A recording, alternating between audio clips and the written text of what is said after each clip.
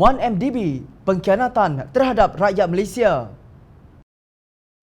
Terlanjur kita bercakap tentang pengkhianatan pemimpin politik.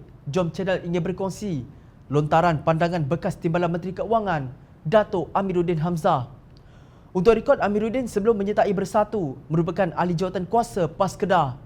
Beliau juga kekal tidak menyokong Tan Sri Muhyiddin Yassin yang menubuhkan Kerajaan Perikatan Nasional pada Mac lalu. Amiruddin menulis mengenai One Malaysia Development Berhad atau 1MDB dan bebanan yang ditanggung rakyat ekoran penjarahan besar-besaran yang berlaku pada firma pelaburan milik negara itu. Menurut beliau, penyokong-penyokong UMNO cuba memperkecilkan bebanan yang dihasilkan dari pelaburan Kerajaan Barisan Nasional di dalam 1MDB. Strategi ini, kata Amiruddin, dibuat supaya rakyat tidak lagi nampak betapa besarnya impak keuangan yang ditinggalkan oleh 1MDB kepada negara. Saya tekankan bahawa kegagalan untuk melakukan dan menyusun strategi keuangan yang jitu untuk menangani masalah ini akan membawa kepada impak negatif yang serius kepada negara. Kerajaan Perikatan Nasional seperti tidak ada jalan keluar dan mati akal bagaimana untuk membayar balik hutang-hutang 1MDB ini yang sebenarnya sudah mencecah hampir 50 bilion ringgit dan mungkin boleh mencapai hingga lebih 70 bilion ringgit akan datang, katanya dalam tulisan yang turut diterbitkan di Malaysia Deadline. Kata Amiruddin, hutang 1MDB terbahagi kepada 4 kluster besar.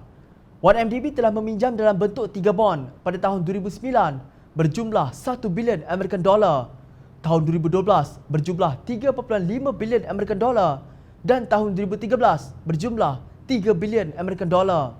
Keseluruhan bond yang akan matang pada tahun 2022, 2023 dan 2039 adalah berjumlah 7.5 bilion American dollar bersamaan dengan 32.25 bilion ringgit.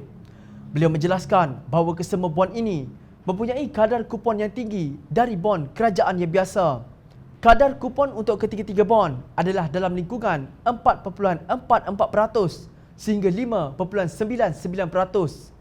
Secara kasarnya, negara perlu membiayai sejumlah 10.7 bilion ringgit untuk pembayaran kupon bond-bond tersebut. Jumlah pembayaran bond dan kupon saja sebenarnya sudah mencecah 42.95 bilion ringgit. Sedarlah bahawa permasalahan ini menjadikan bebanan keuangan kita bertambah.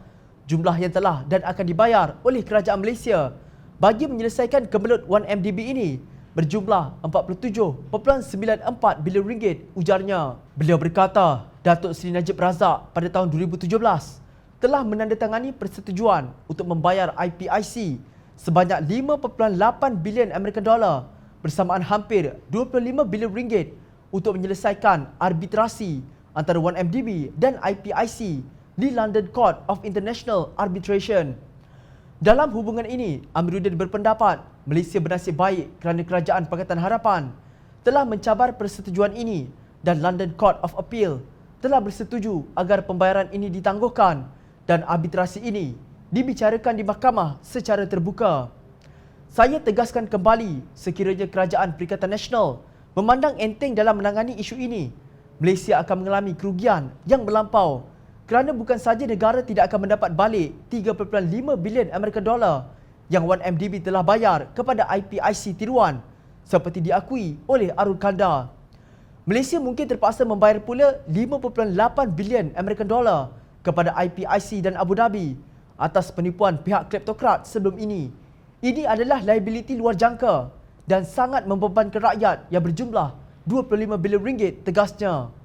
Sementara itu, Jabatan Kehakiman DOJ Amerika Syarikat telah memfailkan aduan pelicutan sivil untuk merampas dan mendapatkan semula kira-kira 96 juta American dollar dalam bentuk aset yang didakwa mempunyai kaitan dengan dana yang diseleweng dari 1MDB.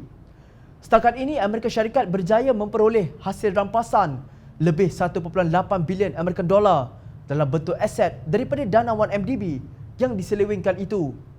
Tindakan Amerika Syarikat tersebut menunjukkan betapa seriusnya skandal 1MDB ini. Namun beliau ragu-ragu tentang komitmen Kerajaan Perikatan Nasional dalam menangani bebanan isu ini kepada negara. Tanpa iltizam dan kesungguhan yang tinggi untuk menyelesaikan masalah ini seperti yang dilakukan oleh Kerajaan Pakatan Harapan sebelum ini, negara mungkin akan secara keseluruhannya rugi lebih daripada 70 bilion ringgit disebabkan oleh skandal 1MDB saja, kata Amiruddin. Kita amat maklum bahawa skandal 1MDB dibincang di banyak negara, antaranya Singapura, Kuwait, Thailand dan Switzerland. Skandal yang amat memalukan negara dan rakyat Malaysia. Itulah pengkhianatan sebenar yang cuba dipandang remeh oleh UMNO Barisan Nasional. Rakyat tidak lupa.